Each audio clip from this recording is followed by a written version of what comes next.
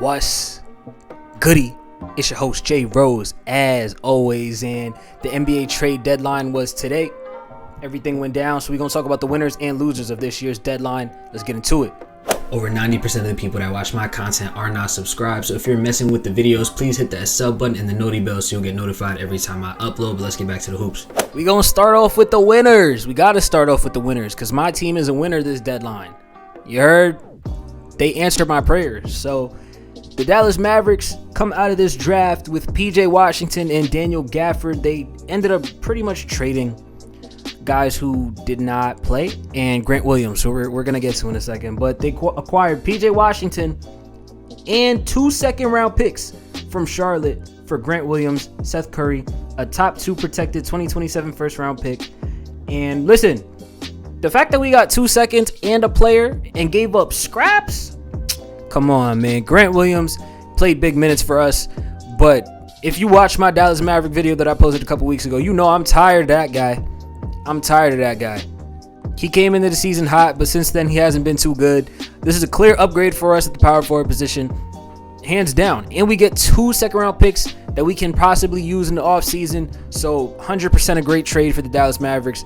Next trade, we have Daniel Gafford from the Wizards, and they get Richaun Holmes and draft compensation. It hasn't been clearly stated what draft compensation is. It could very well be those 2 second-round picks that we just got from Charlotte, but either way, we got our backup center that we desperately needed. We got to upgrade there. We got to upgrade at the power forward position that we desperately needed. We got some more size. So definitely an A-plus trade deadline from the Dallas Mavericks. I was expecting probably a bigger splash, but I knew that more than likely the biggest trade coming from us is going to be in the offseason. But this is a great trade deadline. It definitely helped us out where we needed help out the most this season, and we can move forward going from here. The next winner of this trade deadline is the New York Knicks, who got Bogdanovich and Alec Burks for Quentin Grimes, Evan Fournier, Malachi Flynn, and 2 second-round picks. Once again, this is pretty much a scraps for 2 players who are most definitely going to be in the rotation. Bogdanovich is a great offensive player, and having him as a backup is actually nuts. That's absolutely a starting level player. Having him come off the bench, and he's going to remedy that offense a lot now that Julius is going to be out for a little bit. But when he comes back, it's just going to make their bench stacked. Same thing with Alec Burks. So the Knicks definitely made great moves, and this is another one where they traded scraps. They traded Evan Fournier, who didn't play, Malachi Flynn, who didn't play, 2 second-round picks, and Quentin Grimes, who has not looked good this season. So I really think that this is just a W all around the board. They're going to have Alec Burks come off the bench behind DiVincenzo. They're going to have Bogdanovich come off the bench behind Randall. And those are 2 great offensive pieces that you're going to have coming off your bench. Those are 2 of the Pistons' better players, which isn't saying much because it's the Pistons, but they're still really good NBA players, and that's a great trade for the New York Knicks. All right, my third winner is the Oklahoma City Thunder, who I feel like are just stacking the deck at this point. They traded Trey Mann. I cannot pronounce this man's name. Vasilij Micic. I'm sorry, broski. I'm sorry. I ain't never heard your name pronounced out loud. Vasily Micic. I hope I pronounced one of those right. I'm not gonna lie. And Davis Bertans. Traded all of those guys and got Gordon Hayward in return. And I'm not saying Gordon Hayward is this super big sought after commodity these days, but he's still an 18 to 20 point per game scorer. He can still score the rock. And on a Thunder team that's what, a top 3 seed right now, you just added a 18 to 20 point per game scorer who's going to be most likely coming off their bench. You're going to have Gordon Hayward as a free 6 man, and you just traded some pieces that you did not need for it. I find this to be a W. I'm not going to lie. From Charlotte's standpoint, you got Trey Mann back. If I'm trading with the Oklahoma City Thunder, especially for Gordon Hayward, who's a decent piece and will definitely add value to whatever team he goes to, I'm not letting you get out of here scot-free without giving me one of them picks, bruh. The Thunder have 36 picks for the next 6 seasons. And you didn't get one? Come on, Charlotte. Come on, Charlotte. What is that? Any GM that's trading with the Thunder, if they're not giving you at least one pick, do not make that trade. Because what are we doing? The Thunder are going to be the best team in the league for the next 8 years. At the rate we're going. Because nobody's taking these picks, and y'all keep giving them people. What's going on? My final winner, and yes, after my 3 winners, my fourth and final winner of this trade deadline is the Milwaukee Bucks, who traded Cameron Payne for Patrick Beverley. I'm not saying this is a huge deal. But they absolutely needed some guard defense, like in the worst way. Their guard defense is the worst in the NBA. Damian Lillard, Cameron Payne, and Malik Beasley are all traffic cones. I find it crazy that your defense is not at least top 5 with 2 DPOY candidates in your front court. But their backcourt is just that bad. So bringing in Pat Bev should remedy some of that. I don't think that's going to completely fix the issue because he's the only one. But yeah, that should definitely help them a lot. That's a trade that they absolutely needed, so I'll give them a win for that. Now on to the losers. And I'm going to just give you guys like an overlook right now. This was a very, very uneventful trade deadline, as you can see by the winners. Nothing really big went down. So all of the losers are people who just did not trade anything or traded very minimum things, and they could have done more. My first loser, the Chicago Bulls. Are we being serious? Chicago, like, what's wrong with y'all? So the Chicago Bulls right now are a team full of tradable assets on one roster. DeMar DeRozan, his contract is coming up.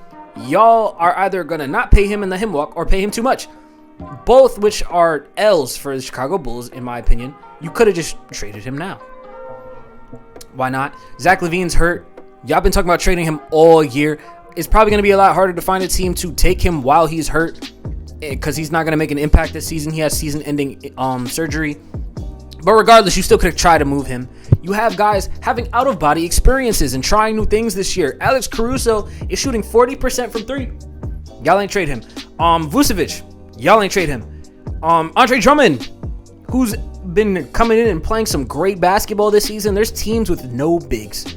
I know for damn sure my team was calling your team for Andre Drummond. Why is Andre Drummond still your team? Because once again, you're either going to overpay him or let him walk. And this is just not good management from the Chicago Bulls standpoint. I feel like everybody on that team that did not get traded either fits one of these 3 categories. Either A, they're better than their contract. They're playing better than what their contract is worth. B, they would be much better or suited better for a contending team. Or C, their contract's about to be up and they're going to walk. So why did you not make any trades this deadline? I'm not understanding. It's not computing, but you know, that's Chicago for you. I could never be a Bulls fan. I used to be a Bulls fan. Fun fact, back in my elementary school days. My next loser, Brooklyn. Why? Because they did nothing. They traded Royce O'Neal to the Phoenix Suns for some second-round picks, and they also traded Spencer Dinwiddie for Dennis Schroeder, which I don't get. You guys did not need either of them.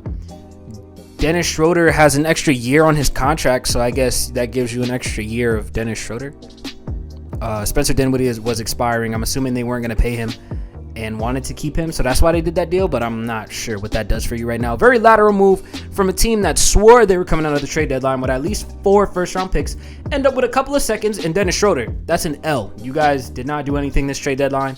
The Nets is another team full of assets. I feel like Royce O'Neal, he's gone, but y'all didn't really get much for him. Dorian Finney-Smith, your asking price was 2 first-round picks. He's still on your team.